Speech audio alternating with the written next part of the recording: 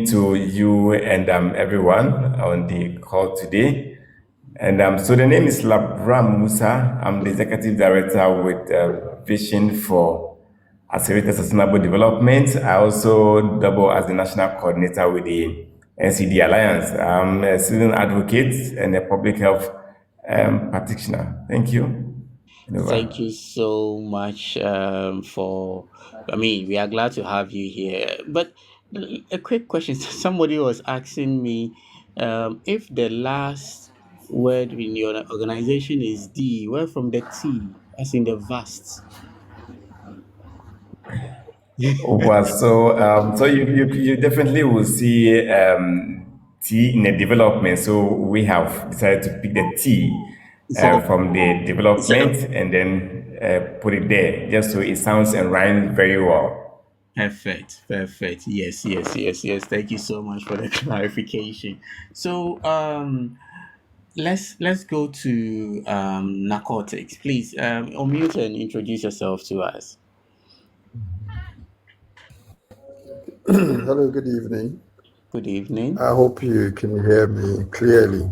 Yes, we can hear you loud and clear. Okay, I am Francis Opokwamwa. I've been with the Commission for the past 18 years. Wow. I've held different portfolios, but as was introduced, I am the Acting Director, Public Affairs Yeah. and International Relations. Thank you.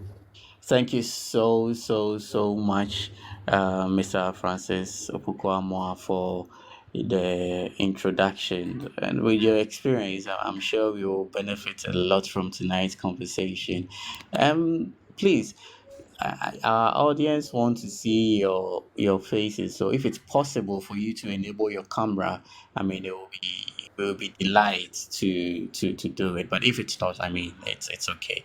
But yes, um, Mrs. Franca, welcome to our live. And is it Stitches Cookie? Okay, yeah, Stitches. Welcome to our live.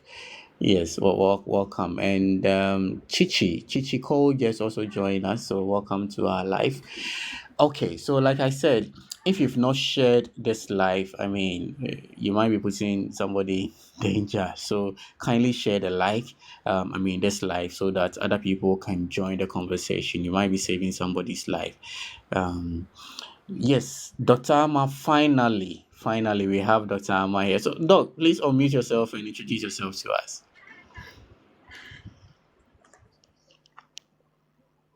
Thank you very much. Good evening. My name is Amma Buidu.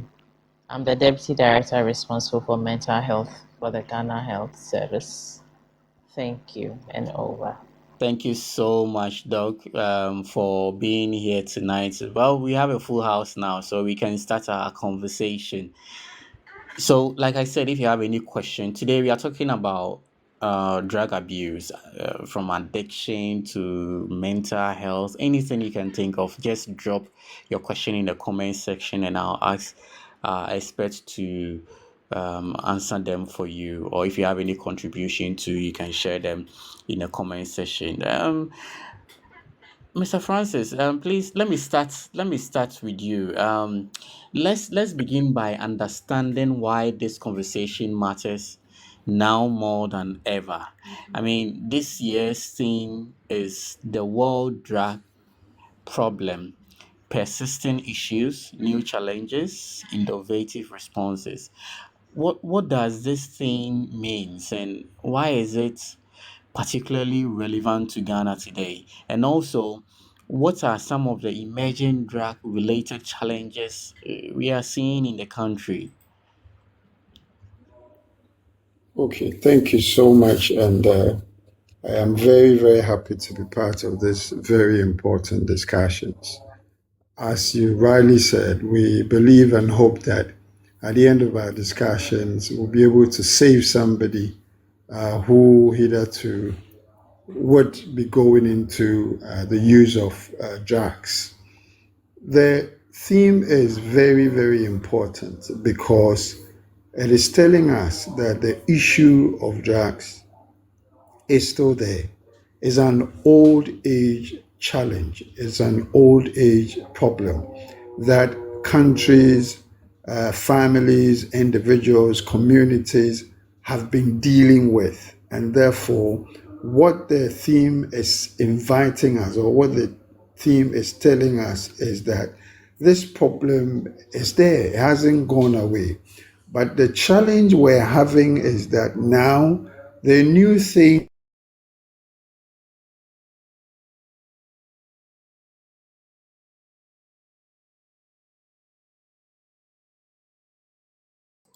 Mr. Amo, I think we lost you a bit over there.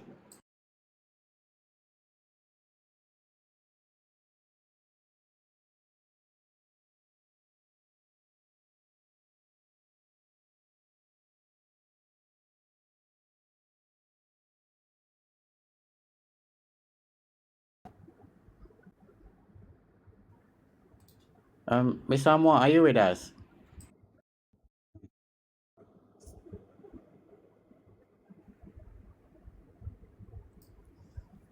Mr. Amo, can you hear me? It looks like we've lost you a bit over there. Okay, so Mr. Amwa was having a bit of challenge with the network, but he's trying to join back.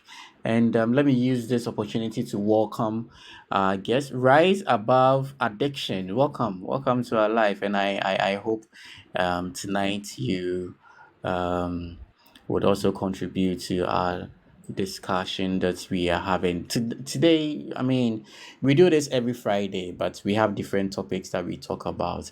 Like I said earlier, this is a chat room, GoodLife Chatroom of the Ghana Health Service. We are discussing uh, drug abuse, drug addiction, and its mental health that it has on us.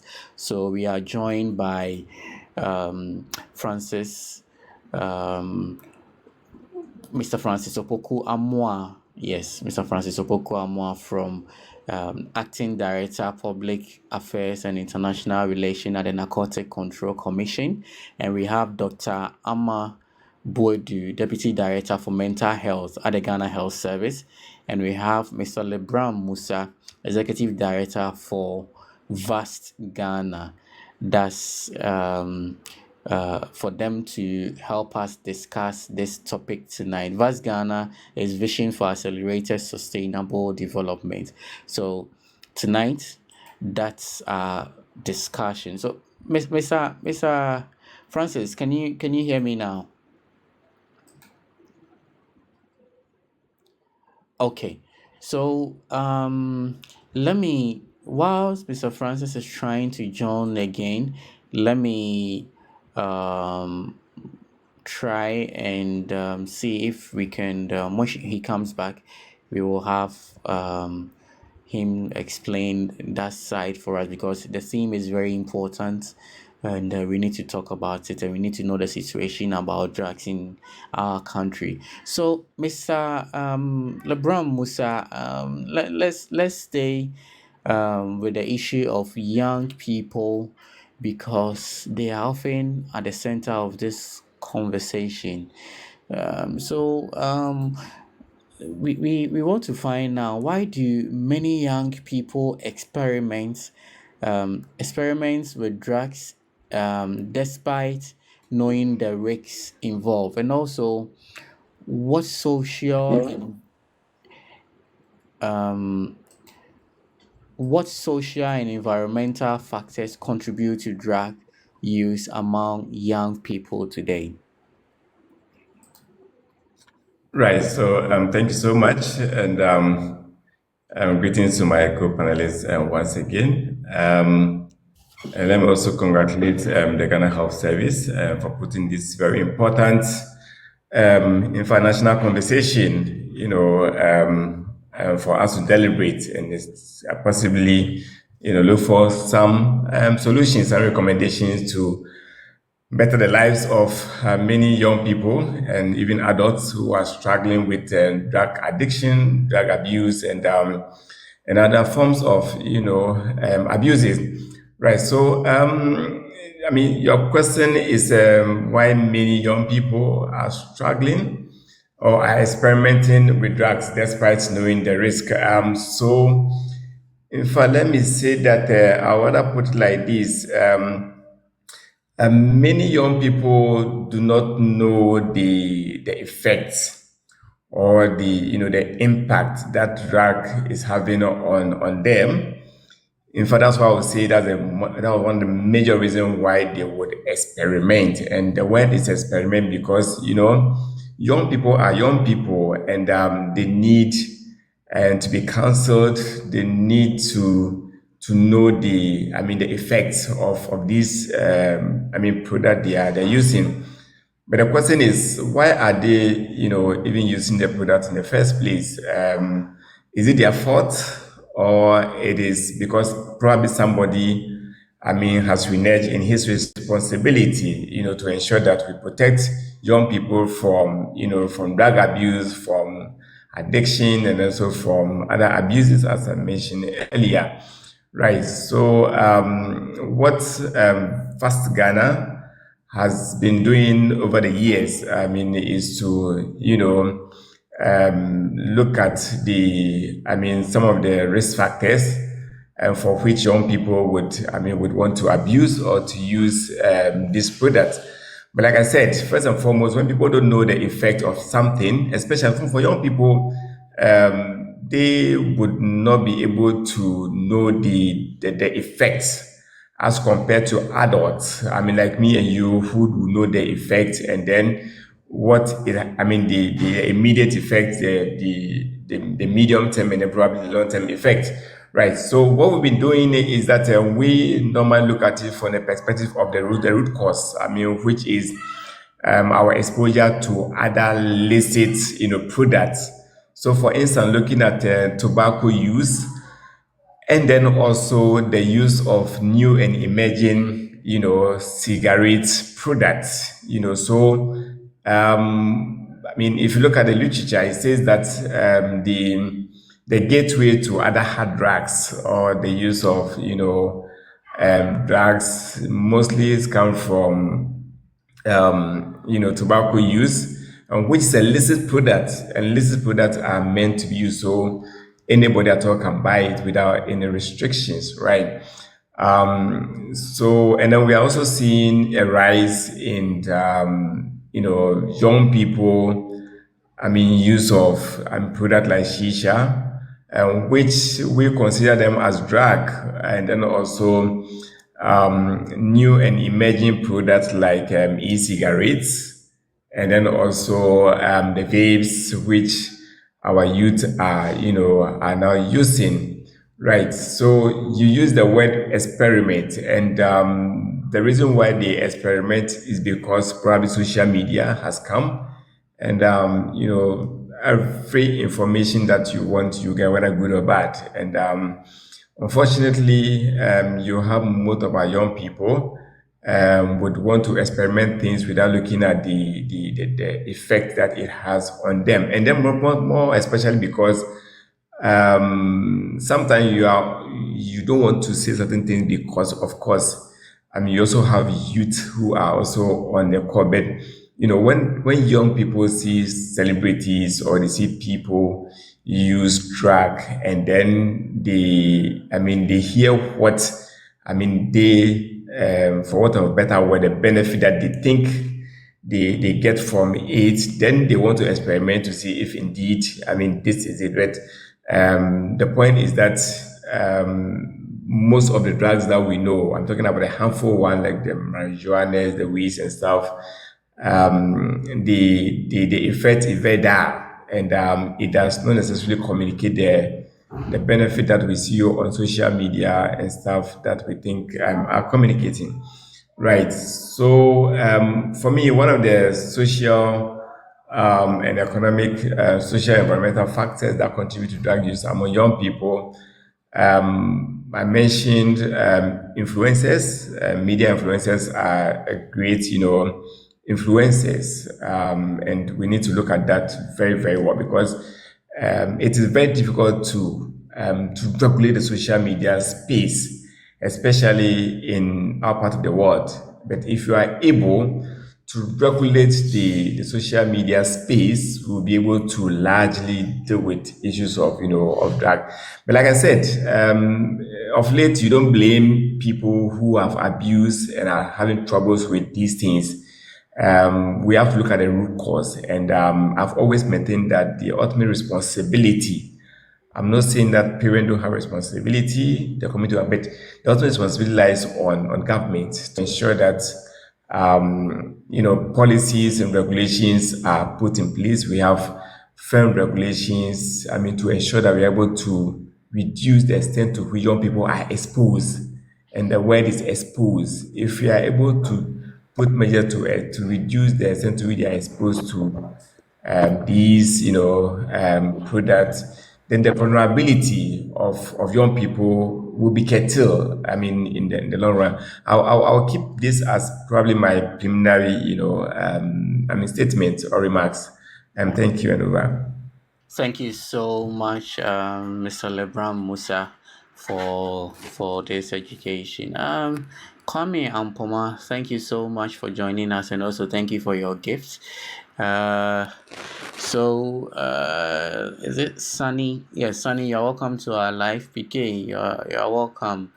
And Smilex, you're also welcome.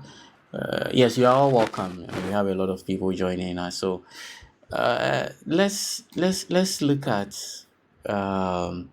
many people don't start using drugs because they just want to become addicted. Most often there are deeper issues involved.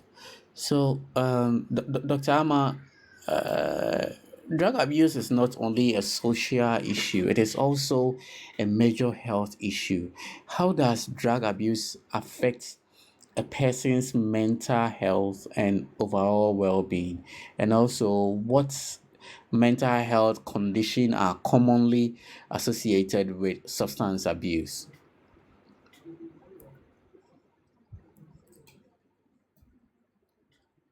Thank you very much, Prince. So it is true that drug abuse affects both our physical health and our mental well-being. Indeed, there is a direct relationship or link between mental health and physical health. So having some physical health condition actually predisposes one to some mental health conditions, and especially the very painful and chronic physical conditions actually predisposes people to some mental health conditions like depression. In severe cases, you can actually have people being suicidal, ending their lives. There's a lot of anxiety. And then having a mental health condition actually, if not managed or attended to, can worsen the outcomes for physical well-being. So for instance, if somebody had a mental health condition and had a physical health problem, what is likely to happen is that if the mental health aspect or condition is not managed, what is going to happen is that this individual most likely will not be adhering to their treatment plan, and therefore the outcomes might not be as good as we would have wished them to have. And therefore, it's very important that when we're looking at drug abuse, we look at it in that direction. Now, an individual that is using substances or is abusing these drugs we are talking about also has a higher risk of developing mental health conditions, because the use of the drugs would result in risk like, the individual having challenges with their family or relationship. So there's a breakdown in family and relationship that would cause a lot of stress. There's poor academic performance, financial, challenges, unemployment. There is an increased risk of, violent or risky behaviors. For people that are injecting some drugs, there's a higher risk of developing some of these infectious diseases, so HIV, hepatitis B, and all that. So there is actually a link between drug use and mental well-being and physical well-being. Also, people with mental health condition that are using substances tend to have a perpetuation of the mental health condition. So it's more difficult to manage the mental health conditions because, well, they are not adhering. They have frequent relapses. And we know that anytime, people have a relapse, most of the time, if it's not managed adequately, they are worse off. There's a worsening, there are poorer outcomes. You then have to spend a lot of resources managing the condition. And we know that, so it's that cycle, that vicious cycle. And so drug abuse, mental well-being, physical well-being are closely linked, and therefore it's very important that we look at drug abuse holistically and then be able to give people the best of care when it comes to this subject. I think that I would leave it at this for the moment. Thank you very much, and over. Thank you so much, Doc, for this submission. If you just join us, this is the Good Life chat room of the Ghana Health Service. Tonight we are talking about drug abuse, and we have our experts here to join us to deliberate on these discussion. And also, if you have any comments or any contribution, just leave them in the comment section, and our experts will talk about it for us. Yes, I think we have Mr. Frank back on the line. Mr. Frank, can you hear me? Mr. Francis, sorry, Mr. Francis Opoku. Yeah, yeah, hello. Oh yes, Yes, great. Good to have you back. happy to be back. So before you left, you were attempting on a question for us. So we wanted to find out the current situation in Ghana, um, and which substances are of great concern, and also why are young people particularly vulnerable to drug abuse. Okay, thank you. I am happy to be back on the call.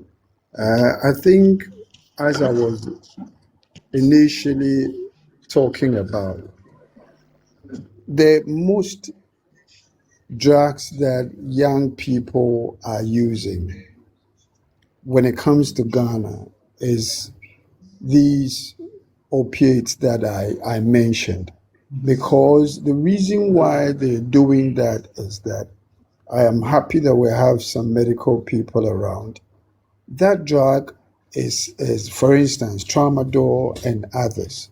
They are all illicit drugs. They are all drugs that when people are going through severe pains and others, uh, medical people will prescribe that they use it.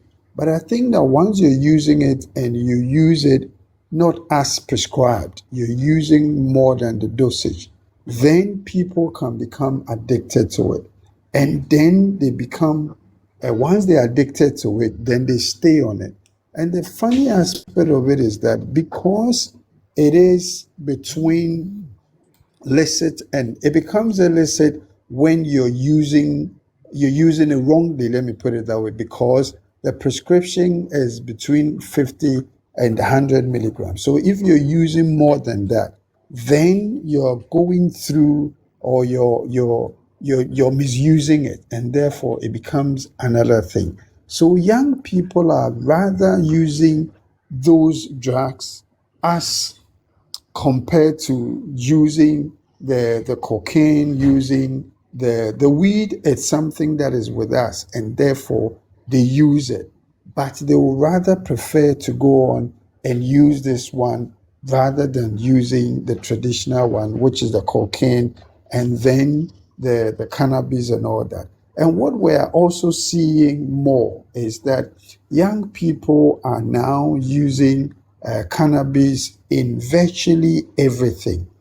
Virtually everything. When I say virtually everything, everything that they eat, everything they drink, they are trying to see where they can infuse, where they can mix, whatever they can do in order to get a certain high for themselves, they're doing it.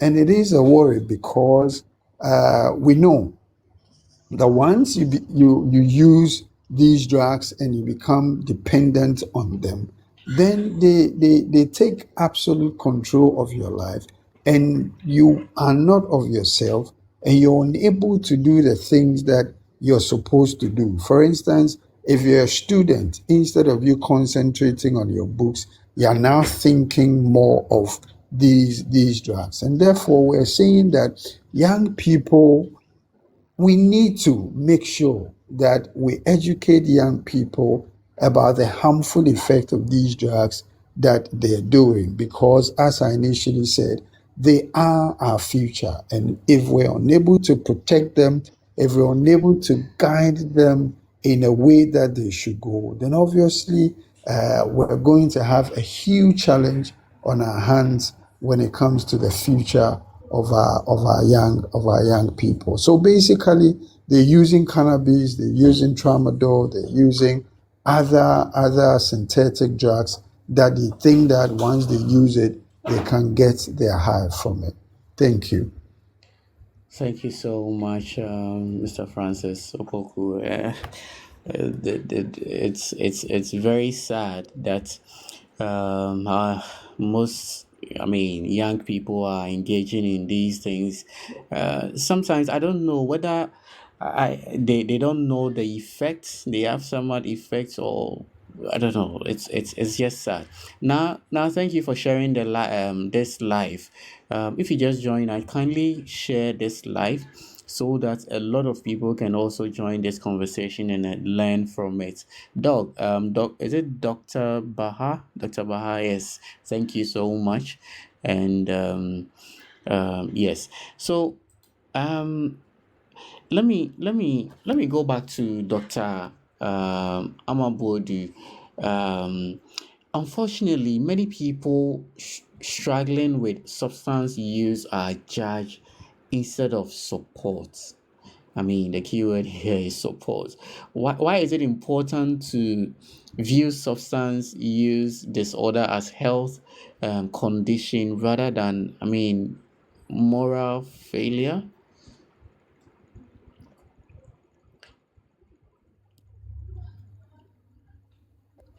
Doc, can you hear me? It is very, yes. Can you hear me, Yes, I please? can hear you now. Can you hear me, please? Okay, thank you. So it's very true that a lot of times, instead of um, giving or supporting people who have a drug use problem, we tend to be very judgmental towards them because we think that they are dependent on the substance or abusing the substance because they are morally weak.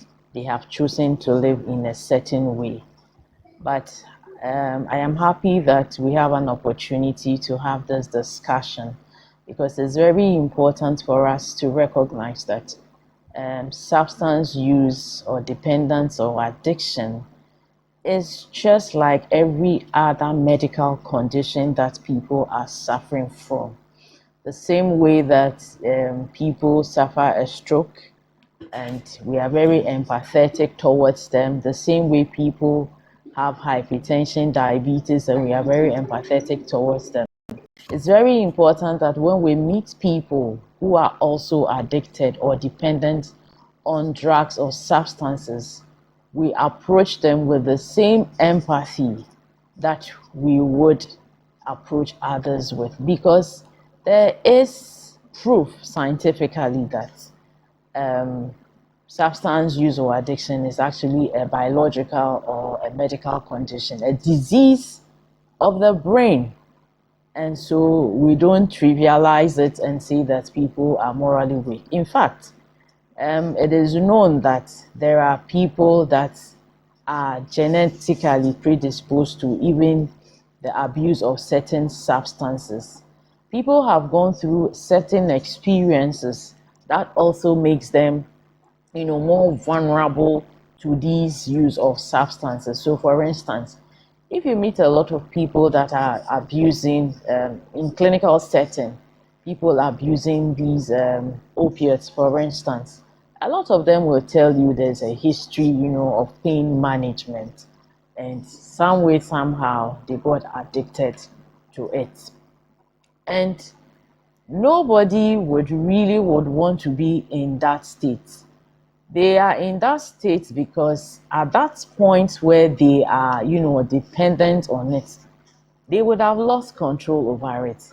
By the time they are dependent on the substance, they would have tried over and over multiple times, but they are unable to do so because anytime they make that attempt where they start reducing or cut down on the drugs they are using, they tend to have, very uncomfortable withdrawal symptoms, and therefore quickly they are forced to go back and take, so they can, they feel sometimes it's so severe that they feel they are dying. And so when it comes to the use of substance use, it's very important that we look at it as a disease of the brain, so we can give it the attention that it needs, so we can help people get into the proper places where they can get adequate help, professional help, and then get their lives back together.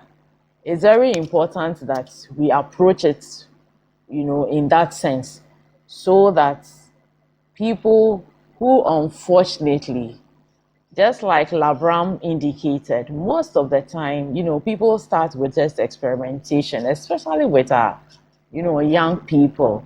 So they go somewhere, peer pressure, they experiment.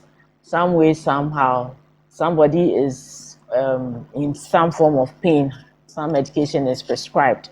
Somebody is in some emotional distress, and somebody says, oh, this can actually help.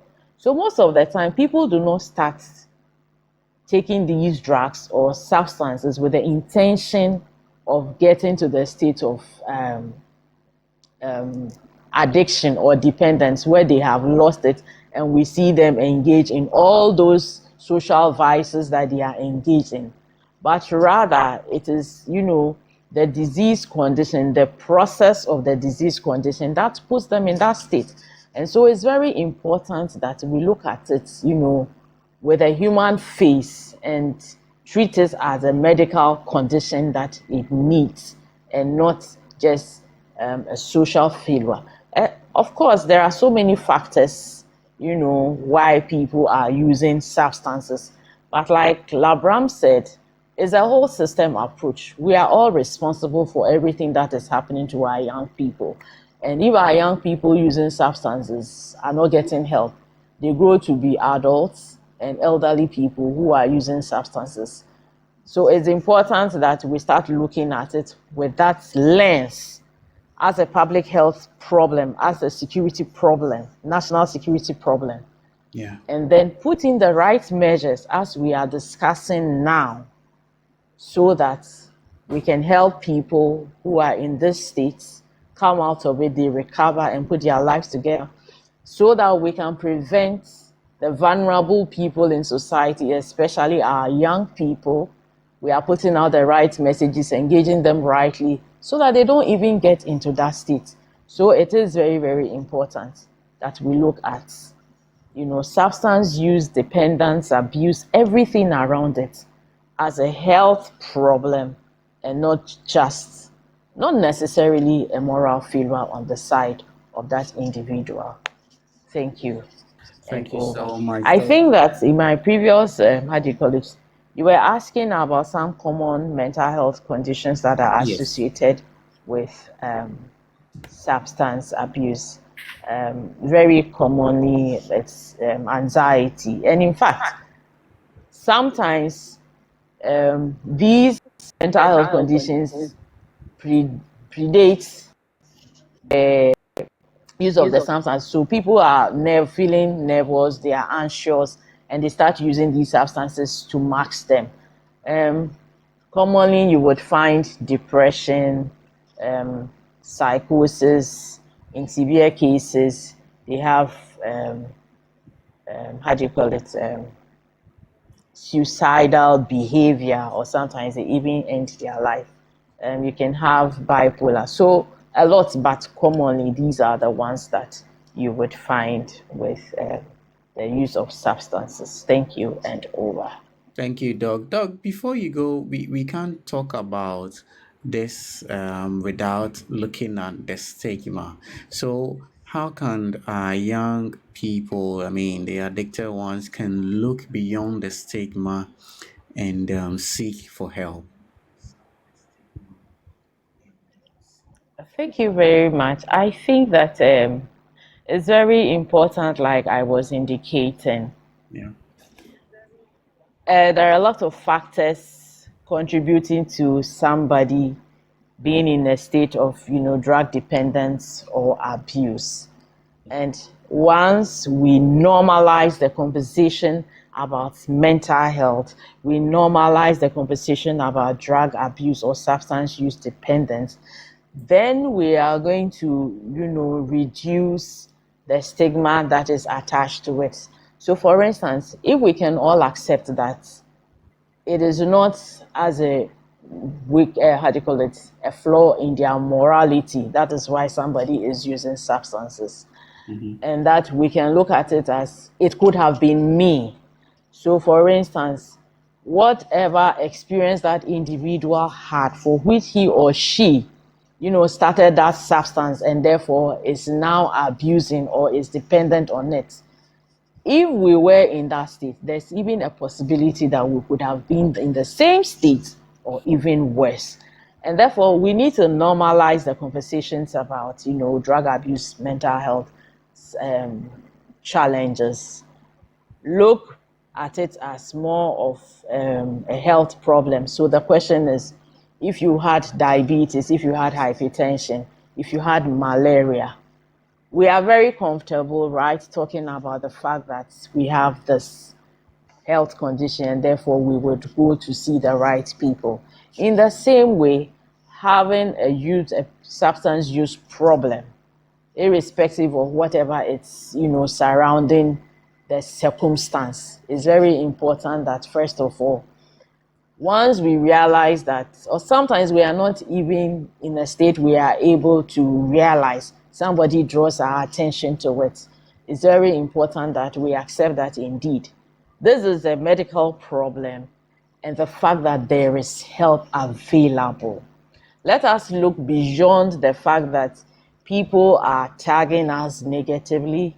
Let us look beyond the fact that somebody somewhere else, is embarrassed by the fact that he or she is related to us because of our behavior. Of course, in that state, there are so many social factors, that happen. But the good news is that there is treatment or there is help available. And once we would avail ourselves and go through treatment, we are able to come back, put our lives together, and be able to contribute meaningfully to the society. And therefore, yes, we are not happy to find ourselves in that state, but that is not the end of the world. It is better for us to, go through the challenges, break through the stigma, and get the help that we need. Because there are so many people that have had these health challenges, these mental health challenges, drug abuse challenges That have been able to put, their lives back with the right support. And so let us be very positive about it and then get help. Let us normalize the talk about drug abuse, about drug dependence, mental health challenges. There are Thank you. so many people that have been in that state and are doing well. Yes, Okay. so we should get help for ourselves. Yeah. Thank you so much, Doc. I mean, you've nailed it over there. Uh, if we want recovery, I mean, we must create environments where people feel safe enough to ask for help, and I think this will go a long way for us as a country. Mr. Francis, let's talk about social media and some of the new challenges. One of the biggest challenge in recent years is the influence of digital platforms. There are concerns about social media influencing drug use. What should parents and young people know about this growing trend? And also, how can social media be used positively in drug prevention efforts? Thank you so much. Just before I come to that, let me quickly add and applaud a doctor who just spoke a while ago. I think when you look at the Narcotics Control Commission law, the Narcotics Control Commission Act 1019, Act 2020, the emphasis now has shifted from the persons using drug and being seen as deviants or as people who don't obey laws and all of that. The law is entreating and enjoining us all, and especially the Narcotics Control Commission, to see people with substance use disorders as a public health issue, as she rightly said, as a public health issue. And if you see it as a public health issue, your approach and how you deal with it will change from seeing it as a criminality. And therefore, I just wanted to let us know that there's been a shift from the PNDC law 236, which was more punitive, especially for people who uses people who use drugs, as compared to trafficking. And now the law is saying that if we see somebody who has a drug use disorder, do not see that person as a bad one, but see that person as somebody who is sick, somebody who needs help. And therefore, we should have a different and a new approach to how we treat those people with substance use disorder. I think that the social media, as we all know, we can look at the good side and the bad side of it. The bad side of it is, now you rightly said it, we have influencers, we have people who command a lot of followers, and therefore these young people would want to look at those people. Yeah. And unfortunately, sometimes some of them, how they depict the use of drugs in public, especially on the social media, will now rather encourage these young people because they see them as icons. They see them as big people. They see them as people that we follow, and therefore, whatever they are doing, one way or the other, can have influence on us. Whatever they say can have influence on us. And social media nowadays too, we've seen that people can easily, especially these synthetic drugs, people can easily order some of these drugs on social media, and it is delivered to them. People are showing how you can use a certain drug and the kind of effect that you could have. People are using the social media in all these manners. And therefore, if you're a young man and you don't take care, you are likely to be swayed and be doing some of these things that people will look up to are doing. But how can the same social media, how can we use it positively to make sure that young people have skills, young people are built in such a way that even when they see some of these things, because they have the skills, because they've been taught, because knowledge is available for them, they will be able to say no to it. So even what we are doing now, Good Life, we're using social media, and people, once we're propagating the good news about young people not using drugs, it is a good side of social media. And once we can also use effective communication, effective good messages on social media for our young ones, I am very, very sure that it can help them, build them up to say no to drugs. And I also think that we can use peer to peer, even on social media, because we know a lot of young people are using the social media, and therefore if we're able to equip the young ones positively, then they can influence their peers positively.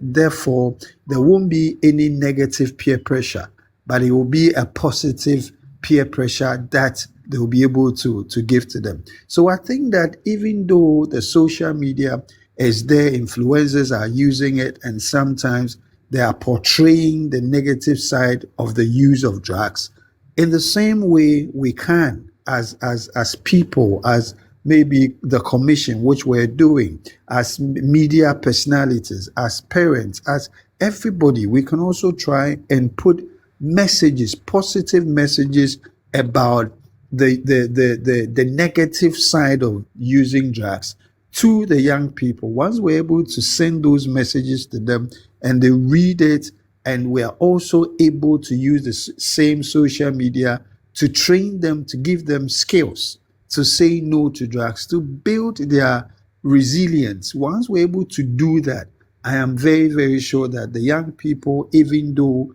will see those things on social media, but because they have very good coping mechanism, they'll be able to say no to it. But we can always advise and we can always encourage, especially the huge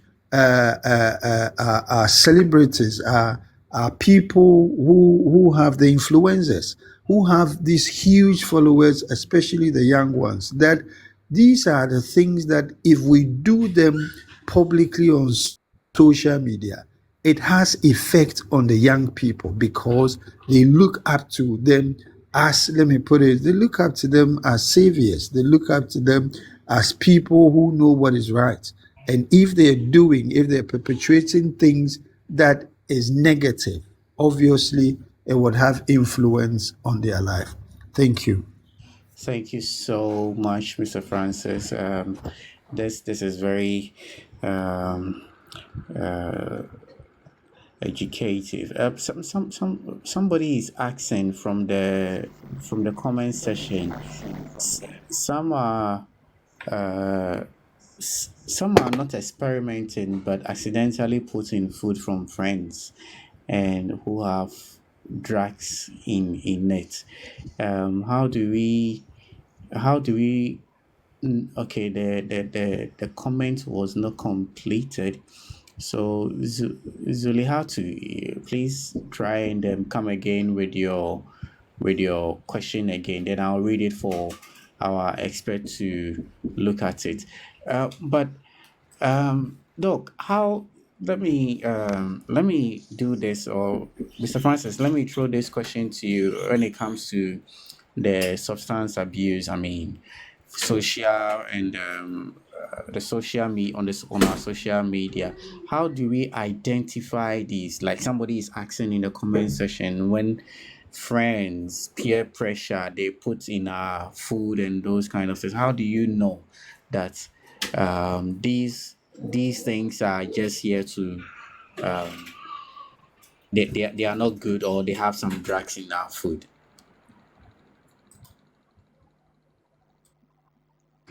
Sometimes it is very, very difficult, because if you don't know, and if the person doesn't tell you, you only will get to know it after usage, because The person will not tell you that, oh, Kwajo Kwame, the shito you're about tasting, I've laced it with cannabis or with whatever.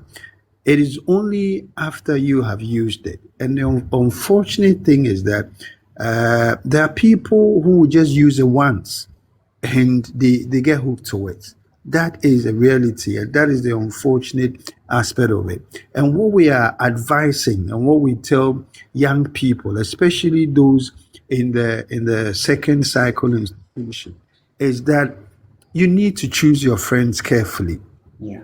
because people you do not trust, people you do not know, please, please, please, if your shito is finished, just inform mom and dad that you have shortage so that mom and dad can bring you shito from home.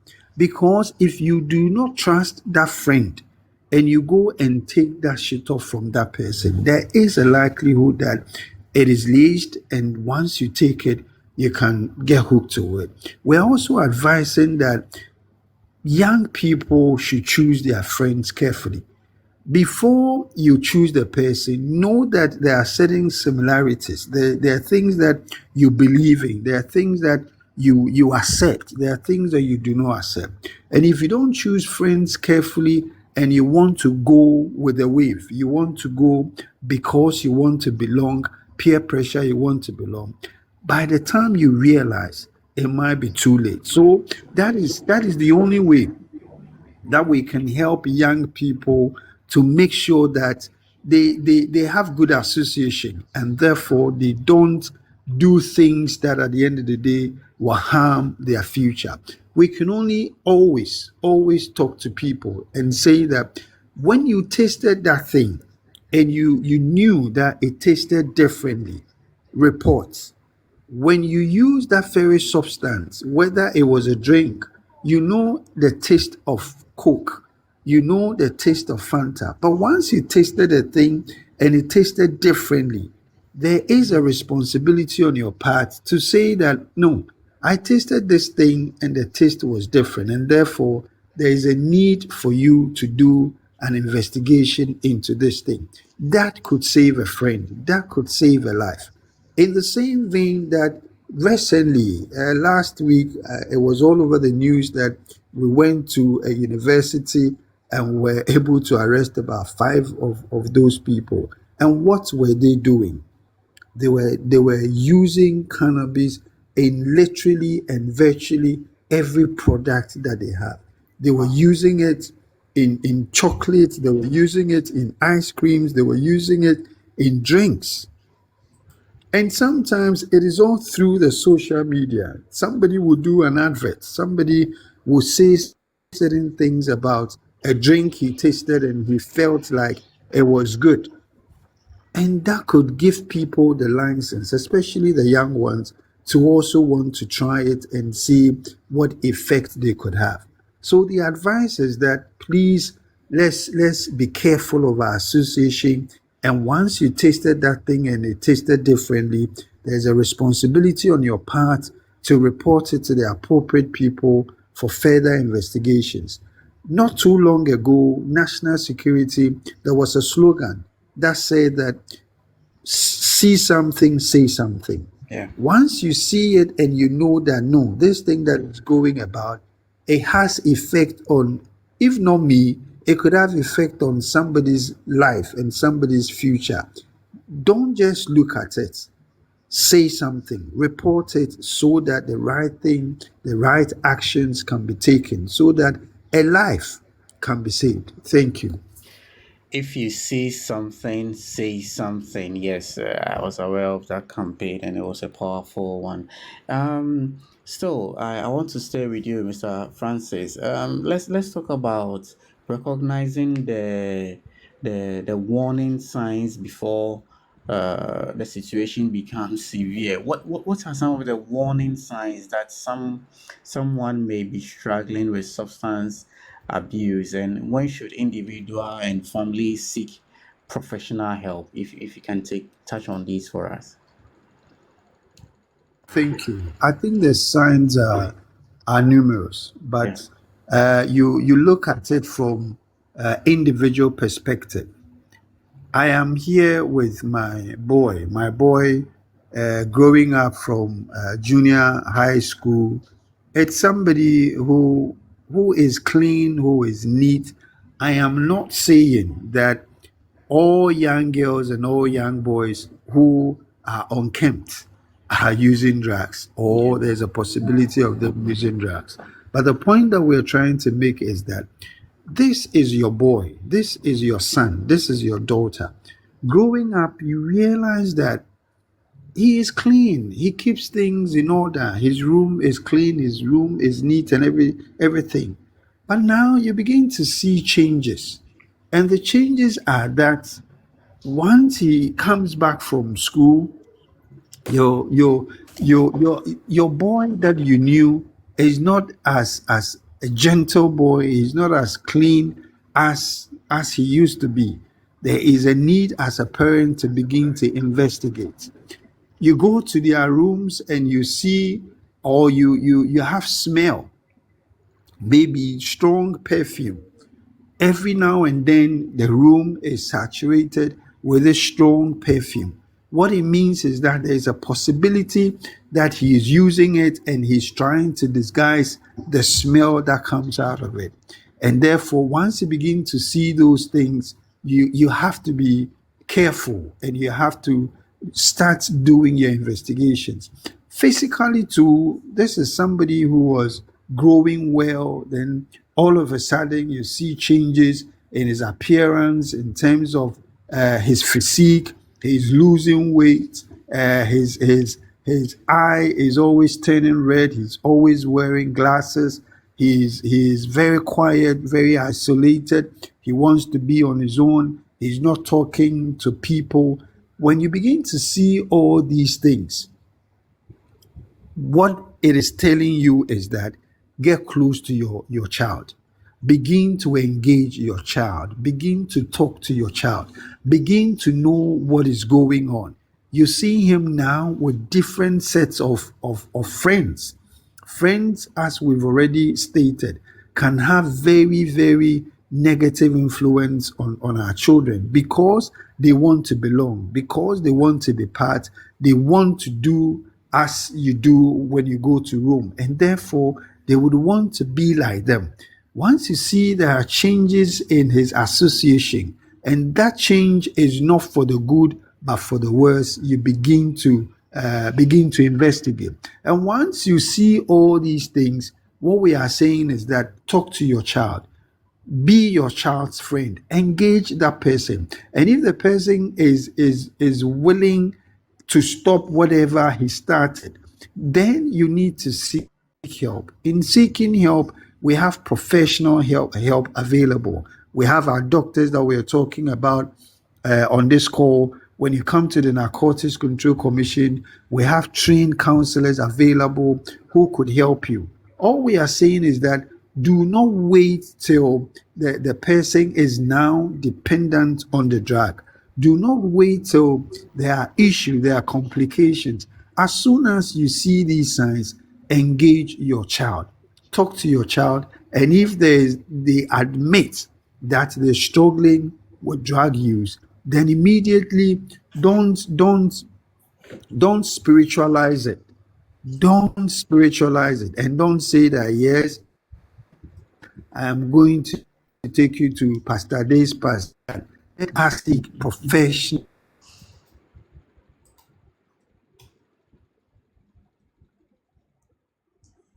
No. Go to in order for you not to get to that state of addiction where it becomes very, very difficult for you to stop. Thank you. Thank you so uh, for this submission. We are really grateful. Um, Mrs. Mabel Kisiwa Asafo, Director for Health Promotion Division, you are welcome to our live. We are grateful you are here. Chief Tan, you are also welcome. Um, Zulehatu is also she's asked, can we include the chiefs and the landlords in this discussion? Some of these drugs are sold just at the entrance of some second cycle institution and in the communities. Okay, that's what she wants to say. And also, Na is saying that some other factors could be unexplained expenditure, asking for money more often, always chewing something to hide the smell, and also missing valuable at home. Oh, yes, very. Thank you so much now for the contribution. Yes, we can also look at these ones. Mr. Libram Musa, let me come to you. Prevention remain one of the most powerful tools we have right now. What practical step schools, and communities take to prevent drug abuse, and also how can parents start conversation about drugs with their children?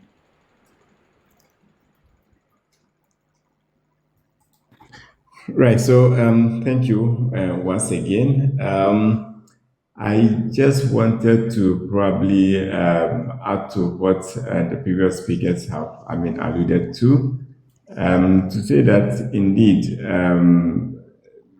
drug abuse, substance abuse is a health problem, and we definitely must look at it from that perspective. And I'm happy that the man from the narcotic control, has elaborated the fact that indeed even our current law, has decriminalized,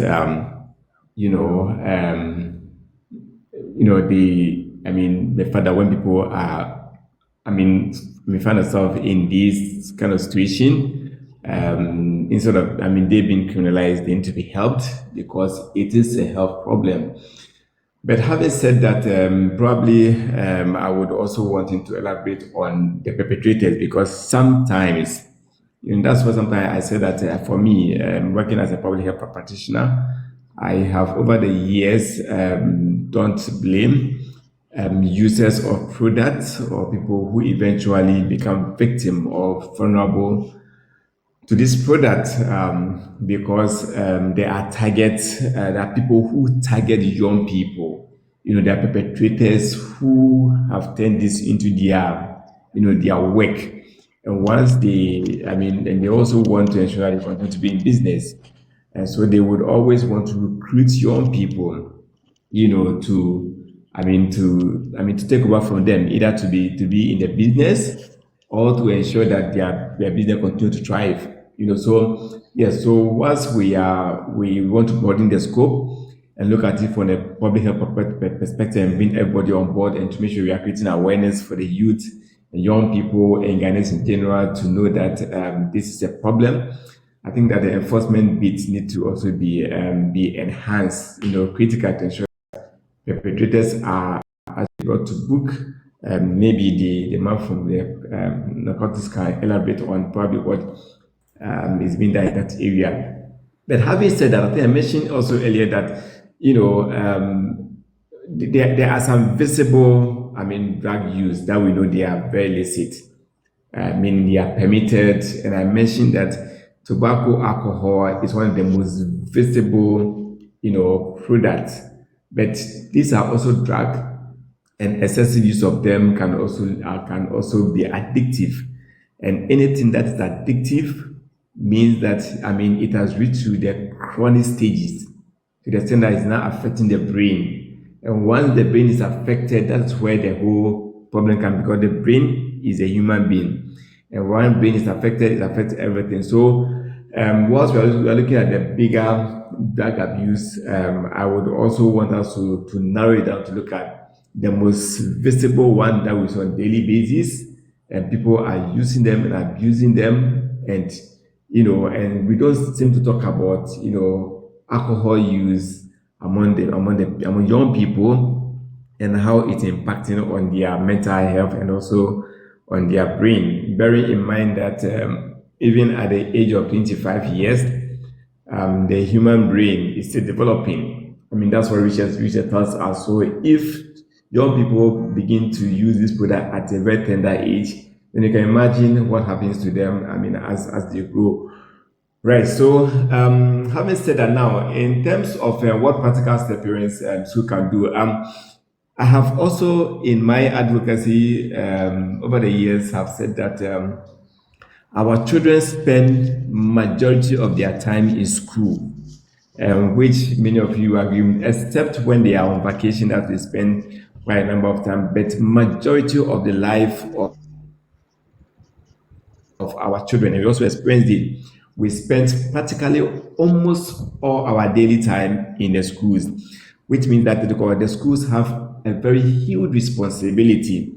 And also, if we are not seeing, we are seeing a lot of drug abuse among our kids, then can we safely say that our school environment is also not, I mean, playing its responsibility of educating our children, instilling moral, I mean, values in them? Because, like I said, if our children spend majority of our 8 hours from morning 6 o'clock, child leave the house by, I mean, and he leaves the school by 3. Some, I mean, stays by get home around 4 5. Then it means that we also need to channel our energies, to ensure that probably, do more of, training, because this is also technical. So if we can integrate some of these, I mean, in our school curriculum, but not only that, but ensuring that even the trainings, I mean, schools, I mean, have embedded some of these things so that teachers, are able to also, train children, identify some of their signals. I mean, just as was described by I mean, the narcotic person on the call, right? So that is when they're able to also identify, see the signal, and probably able to refer as much as possible for children to get, or our young people to get, I mean, the needed counseling that they need to get as much as possible. I know that we have the school health education program.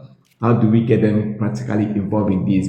I'm focusing on the school because, I mean, over the years, I've noticed that school is where our children spend most of the time, and parents spend little or no time with their kids. So we need to do more on that. And then on the community, yes, one of the listeners or participant mentioned the fact that the community has a very huge role to play.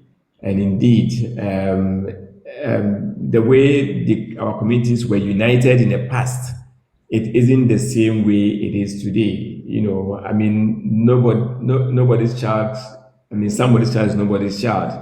I mean, before, I mean, my child in the community is everybody's child. So we are able to discipline our children. But now it's like nobody cares about, because you do it, and then and the next time you have other community member or parent coming to school at you, why do you school at my child? So maybe we need to, I mean, bring back the values that we had in the past, where we know that my next door neighbor child is my child, and when I see him or her in a behavior, I have the right to, to take some action or report him or her to the, I mean, that notwithstanding, I think we can still imbibe that in our community.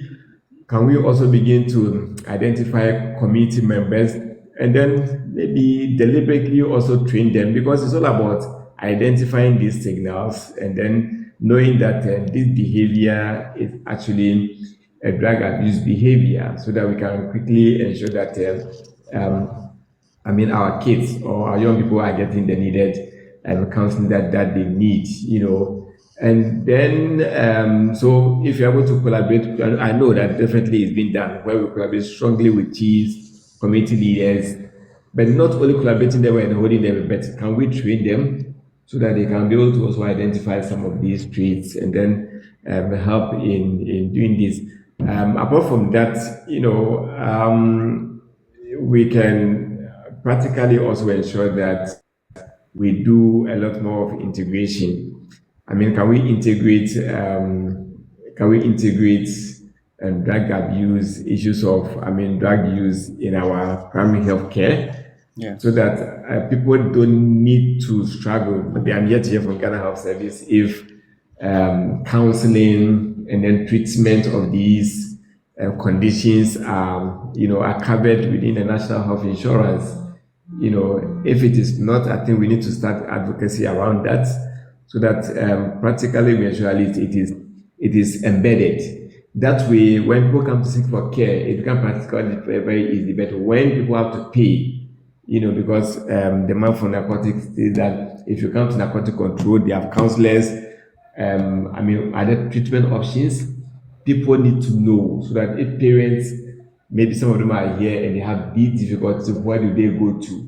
So that we know that there are centers where people can go to, to get support. Now, the next question that was asked was, how can parents start conversation about drug with their children? I think that has been eloquently been explained by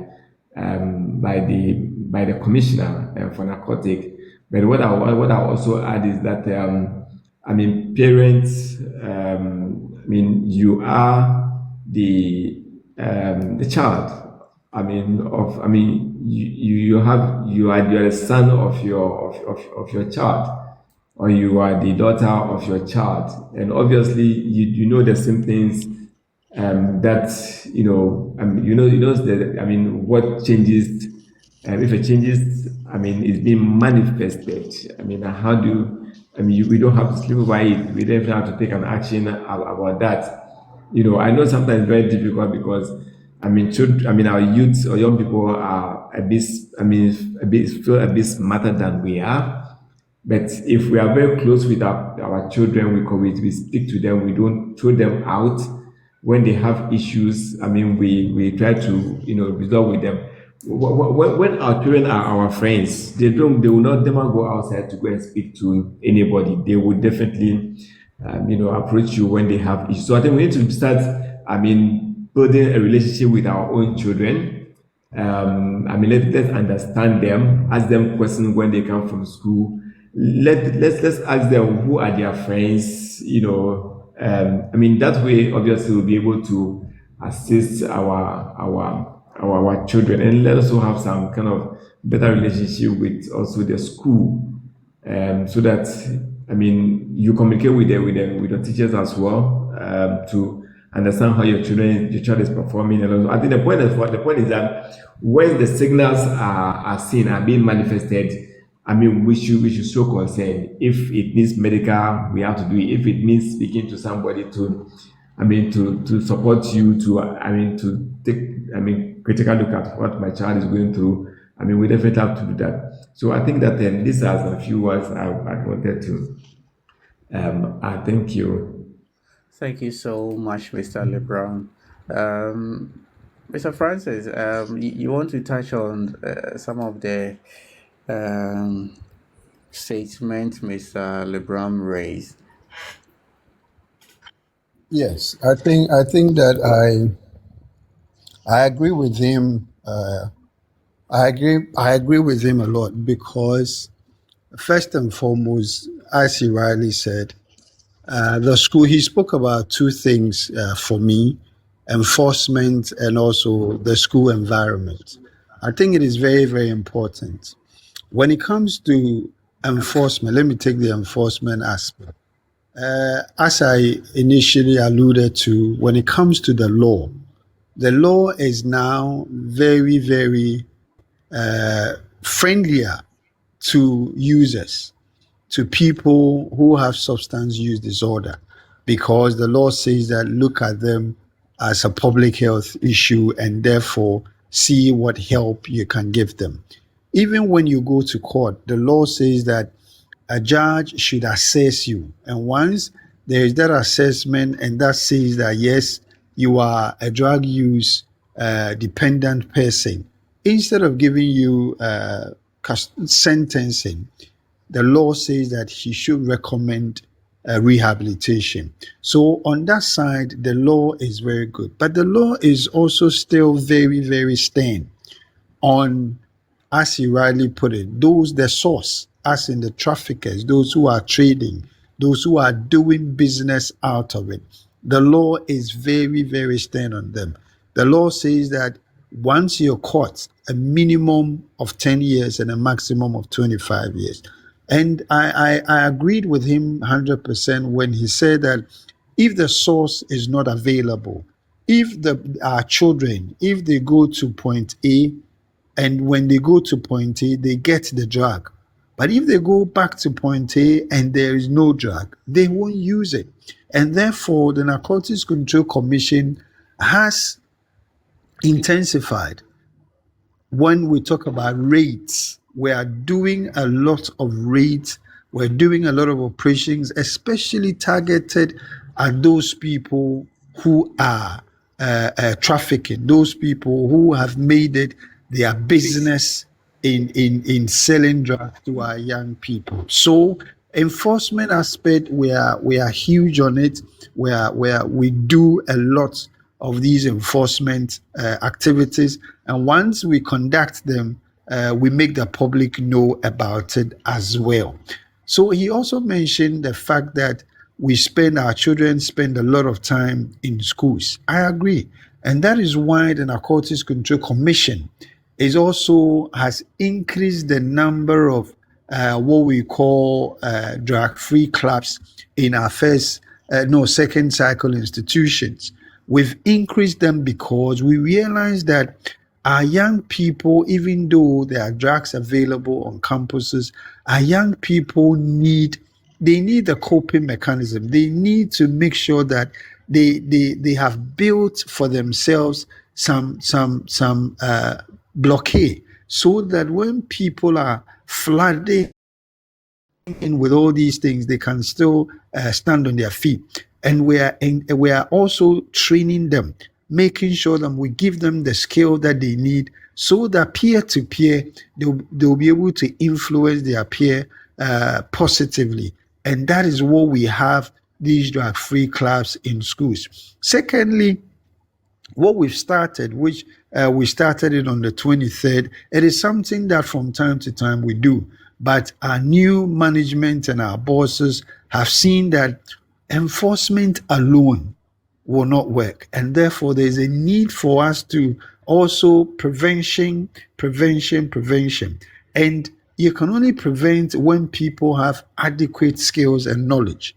And therefore, just Tuesday, the Narcotics Control Commission organized a training seminar for guardians and counselors in second cycle schools across the country. All 16 regions, we conducted this exercise or this seminar for them. We selected about 50 schools from each region, and we conducted that seminar for them. All we are doing is that the World Drug Day theme is employing us to look at new innovative responses that we can use to make sure that we're dealing with these drug menace. And we identify that children stay in school for a very long time, so there's a need for teachers and counselors especially to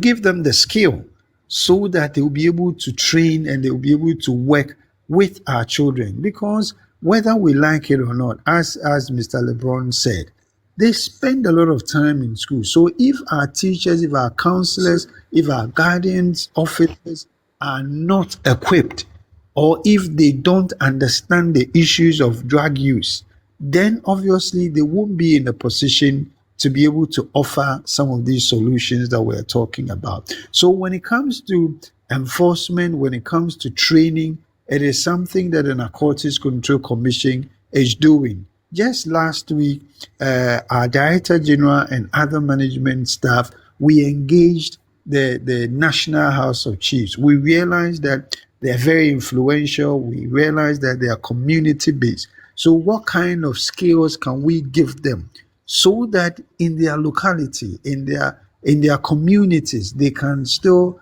be helpful to some of these young people who are now using drugs? So that will be my comment, that the Narcotics Control Commission is doing a lot when it comes to training, because it is something that we do, that we want people to get the necessary skills so that they can also impact it, whether on the community level, at the institution level, or at the school level. And let me also say this quickly. We are not doing this in isolation. We are working closely with the minister for education and then the Ghana Education Service. We had a very fruitful conversation last week with the minister, Honorable Haruna, and he's all for it. He is somebody that we can trust and say that I have children, I am all for it. Let's come up with innovative ideas that can help our children in school. So it is something that the Narcotics Control Commission is doing, will continue to do, will continue to increase the training that we offer to institutions, to communities, and also to our counseling and guidance institutions. Thank you. Thank you so much, Mr. Francis Opoku Amwa, for Dr. Ama. Let's talk about from a public health perspective. What support services are available for people experiencing substance disorder and community? Um, what can the community do to support reintegration? I think reintegration is really important over here for us to look at it. And also, somebody is asking what is the Ghana Health Service also doing about this, and also what should someone do if they are ready to seek help?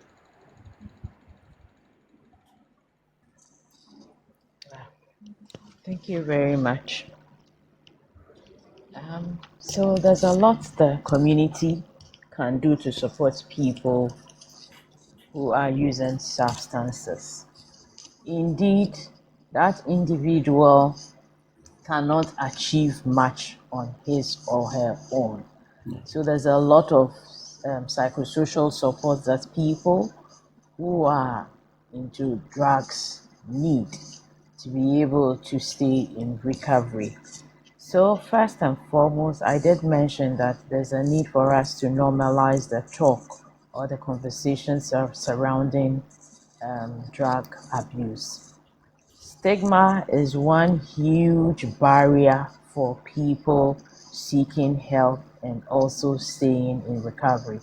So it's important that we as a community, break down the silence, stop the stigma and discrimination against persons who use substances.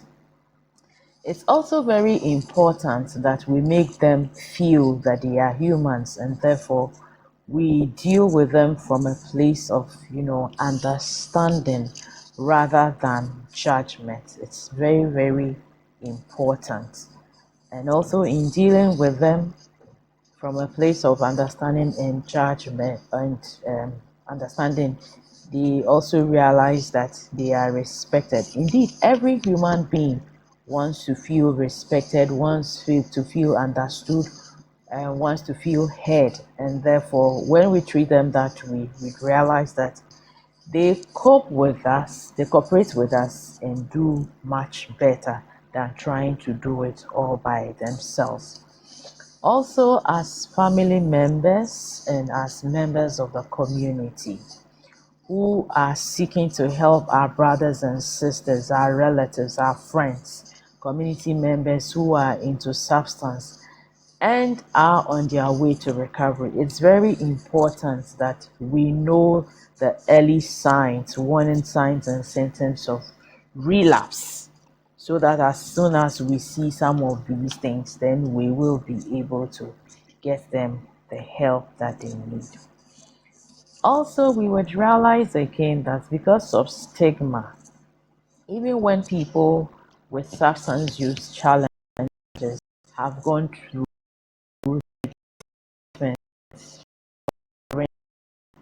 rehabilitation,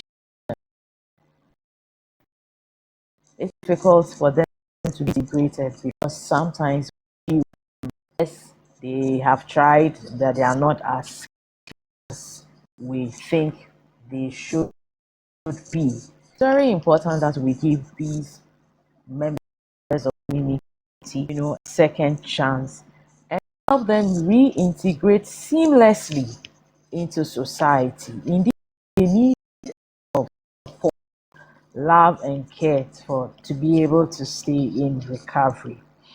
Another thing that I would want to say is that I think somebody mentioned that, asked whether traditional leaders had and community leaders had a role. It's very important. We need to bring everybody on board. Do we have some programs to keep these individuals busy? Of course, we say that the idle mind is the workshop of the devil.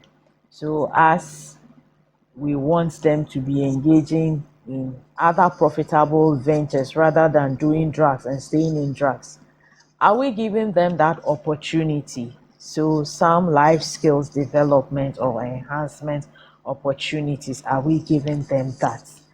And it's also very important that when we have recognized that people in drug abuse, people who have been in that state have been able to stay in recovery, other people draw a lot of support when we know that, oh, for this particular person was in my state some time ago but has been able to stay clean, and therefore if this individual did that, then I am also able to do that. So we need to encourage them, make them ambassadors in some of these things that we do. So there's a lot that the community can do for these individuals. Another question is, what can they do? What are the measures available for us? When does somebody seek professional help, and what help is available? I would say that, like Mr. Amwa said, fortunately for us in Ghana, there has been some improvement in the way we went about it. And therefore, we are looking at integrating. I think Mr. Labram also mentioned that, can we look at integrating substance use management within the general healthcare system? Again, that would also mean that you have people that at least will be able to do some motivational interviewing, can be able to do some brief interventions. People are trained basic counseling to be able to give some people the immediate help that they need, and then refer the complex cases to more specialized institutions. So there's a lot that has been going on. Unfortunately, at a certain point, due to the inadequate funding that we had, then it became a challenge. But the approach has been to integrate mental health, substance use disorders into general care. In that way, you do not necessarily need that highly specialized mental health professional or highly specialized addiction specialist to be able to provide some care. But primary healthcare providers, at the lower levels, can be able to screen, can be able to do some assessment, make a diagnosis, and start some brief interventions. And then, when they are unable to manage these individuals, then they would have to refer them to more specialized institutions. Sometimes there's the availability or opportunity, telemedicine, telepsychiatry, or that sort of thing, where we are using technology. So somebody sitting in a remote place is doing an assessment of an individual that is using substances. That individual might have basic training, and therefore, if it so happens that whatever case he or she is managing is a bit complex, there's the opportunity for somebody to call a specialist. This is not so widespread, but I the Mental Health Authority in recent times has been talking about the establishment of tele-psychiatry so that at any point in time, people can call in 24 hours throughout the week to get access to a specialist who would be able to support these individuals um, who are using substances. And so there's a lot that the community can do, there's a lot that the health system can do, there's a lot that the individual or we as individuals can also do to support individuals or people who have a problem with substance use. Thank you very much and Thank over. you too. Thank you so much. This is the Good Life Chat Room of the Ghana Health Service. We do this every Friday from 7 p.m. Yes. So if you just join us, welcome and share this life, and you could be saving somebody. Our next segment, before we close, before our guests come up with their final messages, let me have Albert. Albert also, can you hear me? Yes, sir. I Very can hear good. you. Great. Albert, give us some of the highlights that went on in the service this week, and also some of the hell days we have from this week going. Okay, so very well. I'm here with updates for updates across our various social media platforms. So Ghana Health Service clarifies safety of insecticide treated nets distributed to primary school children. So the service hosted a high level delegation from Republic of Chad on a visit aimed at learning from Ghana's experience in health service delivery and universal health coverage. The Director General of Ghana Health Service, Dr. Samuel Kaba Akoria, has called for strong collaboration, community support, and open conversation to address adolescent pregnancy and improve sexual and reproductive health outcomes among young people. And lastly, on the updates, the Health Promotion Division of the Ghana Health Service organized the fifth Ghana Social and Behavioral Change webinar series on the 25th of June 2026. So for our health days, um for next week, from 1st to 7th July 2026, we have World Breastfeeding Week. Well, breastfeeding week. That is from the 1st to the 7th of July 2026. And also the 4th of July, which is also the 4th of June. Yeah, okay, so for the 1st to the 7th of July 2026 is World Breastfeeding Week. That's all that we have for the next week. And that's all for the update.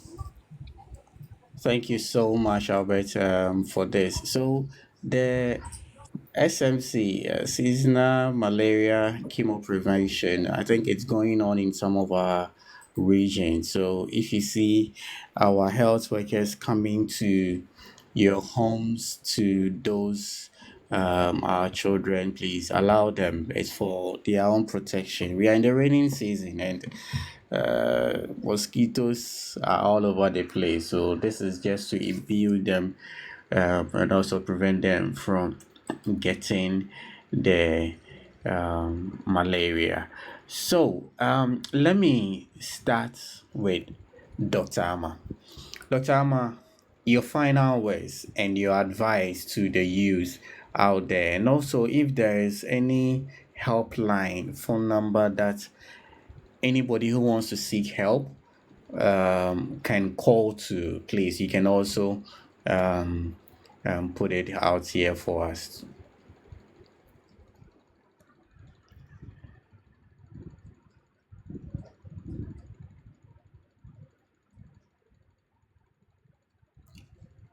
Doug, are you with us? Okay, so whilst we wait for Doc, let me move to Mr. Francis Opoku Amwa from Narcotic Control Commission. Mr. Francis, your final words, and also if we know some drug cartel or some group selling some drugs somewhere and we want to report, and there is a helpline you can put out there for us to call. Kindly let us know so that we can take notice of that. Yeah, Prince, thank you. Thank you so much for inviting NACOC and personally joining the call. I think it's been very intriguing, very educative. We've learned that people who use drug, they are not deviant, but it's a matter of having a brain disorder. They are people, they are sick. Basically, they are sick and therefore they need help. And therefore, we've also discussed that it is important that people who need help is available. And when they get the help and they are socially reintegrating back into society, the finger pointing should stop. The stigma should stop. I think stigma is one huge thing that people suffer from because people don't get opportunities because maybe they've used drugs before or something. So stigma is something that we need to stop because we need to give people opportunities. We've also learned that those who are using drugs, especially those who have drug use disorders, it's not the end of the world. Help is available, and therefore, once you are into it, once you are in it, seek help. That is those who are using. But those who are trafficking, those who want to bring it into our country, who would want to send it out to make it a business and in making profit out of it, what Narcotics Control Commission is saying is that it's only a matter of time that we come after you. It's only a matter of time. But finally, I will say that our young people, the future is ahead of you. You can only build a better future when you prepare for it. When you're diligent, when you're hardworking, when you avoid risky behaviors, when you avoid bad association, you can have a better future. But if we don't, and we are doing drugs now, the possibility is that we're likely to ruin and we are likely to destroy our future, which is bright. Let us try and say no to drugs. Even as we celebrate the International Day Against Drug Abuse, all we are saying is that let us all come together and find innovative means, innovative ways, innovative responses to the issues that our young people, our brothers, our sisters are confronted with. Let us find innovative means in dealing with it. And together, let us help say no to drugs. If you have any intelligence, if you have any information you want to share with the Narcotics Control Commission, you can reach us on toll-free number 0800 307 307. 0800 307 307. Together, let us help our younger one. Let us help them to say no to drugs. Thank you. Thank you so much, Mr. Francis. So the number is 0800 307 307. Zero eight Exactly. zero zero 307 307. If you have any information, and let me ask, how protected is those giving the tip off, if I may find out? Their identity is secured. NACOG is a professional institution when it comes to giving out identities and telling people, because we have one thing that we pride ourselves with is oath of secrecy, and it is something that we are happy to clothe ourselves with because we do not. Once you call us, sometimes what is very, very important to us is the information you are giving to us, how credible that information is not your name. So if you give us information, your identity is secured. Your identity is secured, and nobody will know. Prince will not know that you gave us that information. Thank you. Thank you so much, Mr. Francis, for this insightful information. Mr. Lebram Musa, Okay. um, please, your final words to our audience.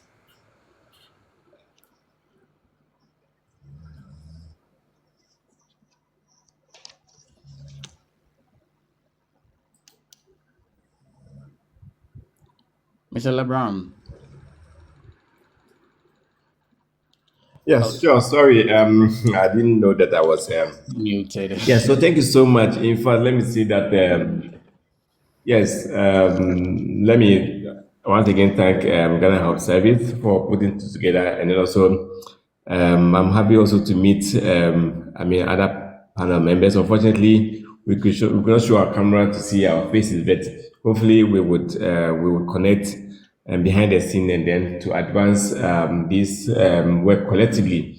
All right. So for me, I think that I mean, like I work on the civil society space, and I probably would want to see us work more closely because civil society, we call ourselves voice of the voiceless.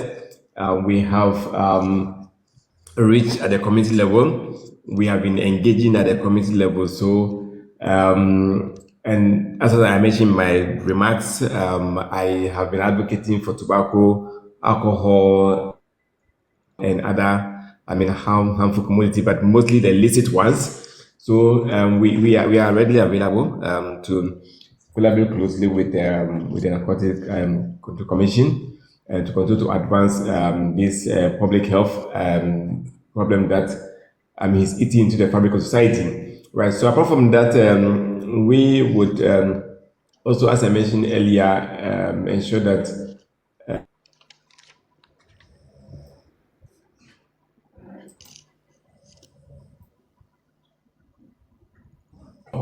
to get more community leaders to support our work. As I mentioned too, since we all agree that our children spend most of the time in the school, and I'm happy to also hear that there's a huge collaboration between the Narcotic Control Commission and also the Ghana Education Service and Ghana Health Service.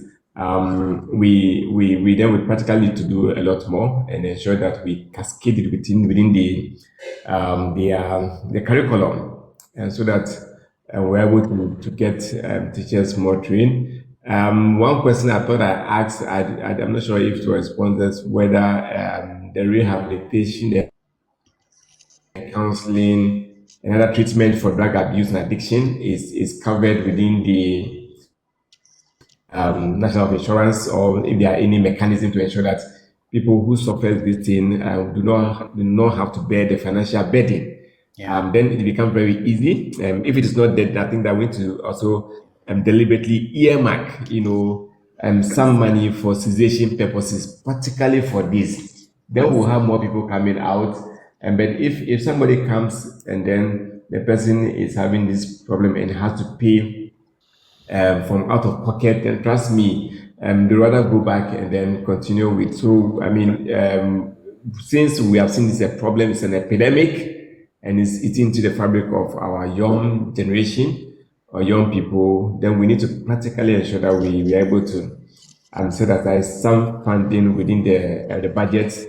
So then I would say that we also need to collaborate with the Ministry of Finance in this, because this is a financial matter, and it's also about productivity. So a healthy nation is would definitely produce good for the country. One thing that as you mentioned, but I want to emphasize on it, has to do with the fact that we need to work out to ensure that we create job opportunity for the youth, and because many of us know that most of the youth are there idle, and as mentioned earlier, the devil finds work for an idle hand. So how do we practically, engage them to ensure that they don't, remain idle? And once they remain idle, we like the perpetrators live with us in the communities.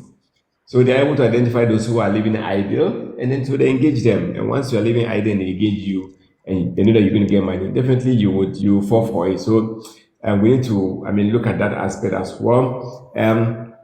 We I have worked closely around with WHO on the WHO Framework Convention on Tobacco Control, and in fact one of the first public health treaty that was negotiated under the WHO, first public health treaty to regulate tobacco use across the globe, and that mechanism has worked to ensure that we're able to reduce tobacco. And I think that what they call, if we are able to work closely to, as it were, to adopt, this framework, to bring it closer to addressing, drug use. I think that would be very, very helpful, and I'm ready to maybe, work with the commission on that, and working also with the FDA, because the FDA, it has a mandate to regulate tobacco and alcohol use, and like I mentioned, these are also illicit, but also a drug that can impact on public health and also our mental faculty. Citizen centered should be created. But finally, let me say that if we address substance use, we can reduce the NCD burden and also the mental health burden. So let's do what we can to support the Ghana Health Service and everybody who is looking at public health. Because for me, I think the public health will not be able to achieve their ultimate goal. Thank you so much once again for having me on the webinar. Thank you so much, Mr. Lebram Musa, for this. Dr. Amabodu, can you hear me now? Yes, I can. Great. So, what's your final message to our audience watching us right now? And also, if is there any helpline that people can call on to seek for help? Thank you very much. I didn't know I was muted when you called me. I was Oh, speaking okay. whilst muted. No problem. Okay. So my final words, um, I would start with the youth. I would want to say that life is full of ups and downs. Okay, so the challenges, the struggles that you are going through are part of life. And as you face these challenges, there are both, negative and positive strategies of coping with them. So let us make the right choices. Let us choose the right or positive coping strategies rather than trying to use drugs to numb our pain, to deal with our stresses, our challenges, and all that. So we can prevent that drug use. If you happen to be somebody that is using drugs or is dependent, all hope isn't lost. I want you to be aware that help is available and treatment is possible. So let us avail ourselves. Let's look beyond the stigma and then get the help. And for those of us that live with these individuals, let us remember that they need us to be able to go through recovery. It could have been us, and therefore let us support everybody that uses substances. I think a lot has been said, but I would also want to add that parents, these days we have left parenting for teachers to do, we have left parenting for social media to do. It's very important that parents sit down, have time with their young ones so that they know their young ones. As one of the panelists said, let us make them our friends so they can be able to talk to us about what others are telling them. For us as health workers, sometimes the stigma within, the health system is the worst of it. So people are stigmatized, people are discriminated against outside. They come into the health system and then we are doing same. Let us remember that drug use or dependence is just like every other disease we care for in the health system. So let's treat people with love, with empathy. We should be non judgmental and get the help as much as possible that we can so we can support these individuals. There's a mental health tool free line which is 0800 0800 678. Thank you very much for the opportunity to discuss this very important subject.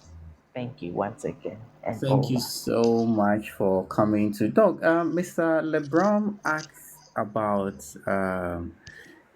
health insurance. If Yeah, I don't know if you know. insurance Yes, for, yes. Is there yeah, something like that? okay. So unfortunately, currently there isn't. It's drug use isn't on the treatment benefit Okay, for health insurance.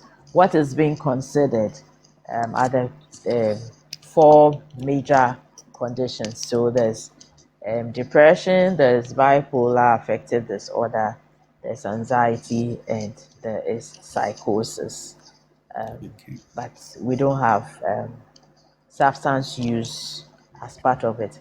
But I would want to say that there's been some discussions at various levels that is considering looking at providing some form of support for people that use substances. And so I think that I am certain that in a few, not too distant future, we would hear from our authorities what the provision is for people who use substances. Thank you very much and over. Thank you so much, Doc, for coming over. I mean, tonight we have learned that drug abuse is not just about substances. It's about choices. It's about families. It's about our mental health. It's about our future.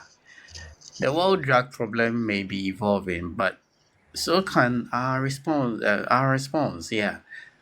One conversation can spark awareness, one decision can prevent addiction, one act of support can save a life.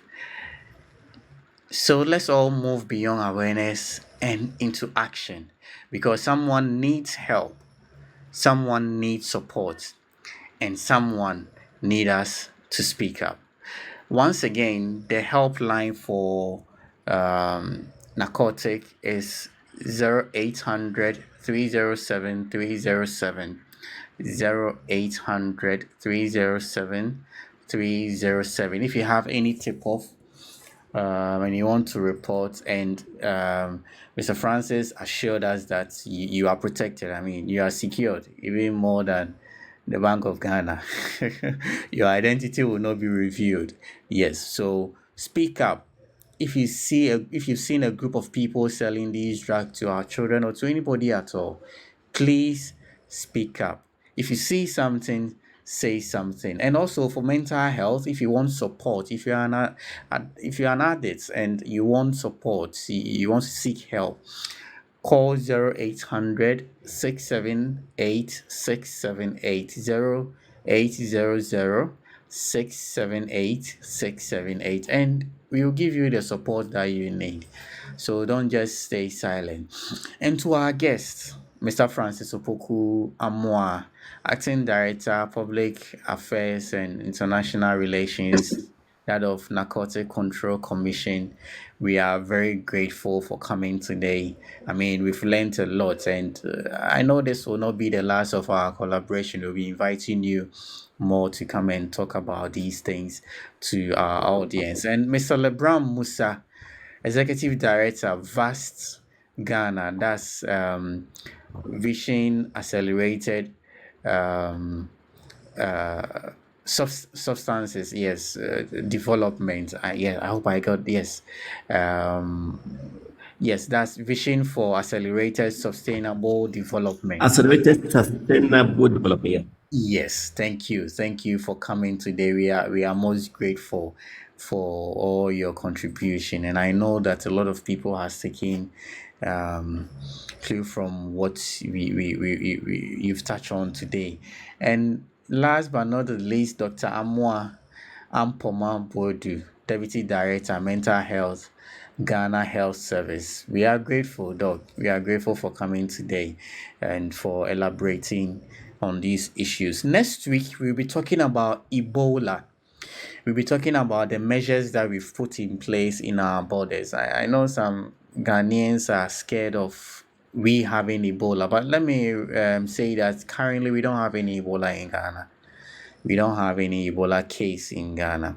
So next week we'll be talking about some of the measures we put in our borders. That's our land, our sea, the air. We invite someone to come to talk about all these things, and we talk about prevention, some of the symptoms and all that. So don't stay away. Make sure you join us next week 7 p.m. and to have this fruitful discussion. And also follow Good Life GH on all social media platforms, and also Ghana Health Service on all social media platforms. So until next week, thank you so much to our guests and everyone, our audience, for coming. We are grateful. So we will see you next week. Thank you for coming. South, east, or west, you be old or young, good life, live it well. Wash your hands with soap under running water. Sleep on the treated net to avoid mosquitoes, malaria away.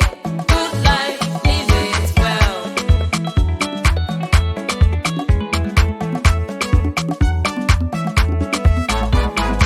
Enjoy your life, choose family planning. Breastfeed your child, exclusive for 6 months. Nutrition for all. Good life, live it well.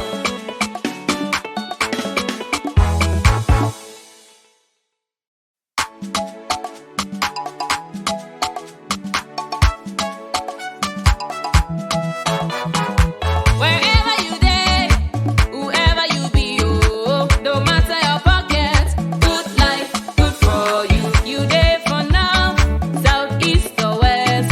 You be old or young, good life, live it well. Wash your hands with soap under running water. Sleep on the treated net to avoid